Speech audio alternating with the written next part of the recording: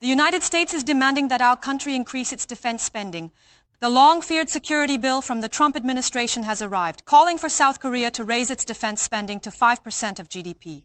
If the U.S. demand is met, South Korea would have to shoulder over 130 trillion won, more than double the current amount. For more details, here is reporter Lee Sang-hyub.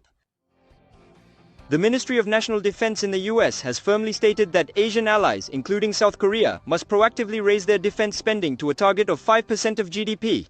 The US Department of Defense stated in a release that European allies are setting international standards for Asian allies as well, specifically that 5% of GDP should be spent on defense.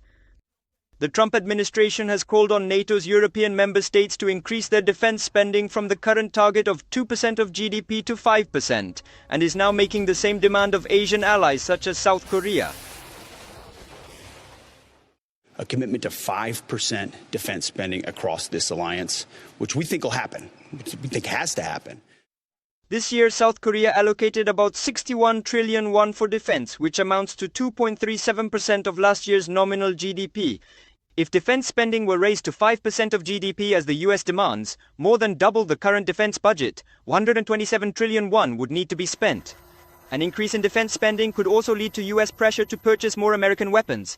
If I were there now, they'd be paying us $10 billion a year. And you know what? They'd be happy to do it.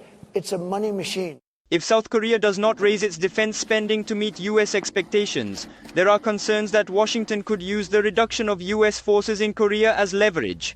With the NATO summit set to take place on the 24th in the Netherlands, where the issue of increasing defense spending is likely to be discussed, the pressure from the US has emerged as an urgent matter. Lee Sang-hyub, MBN News.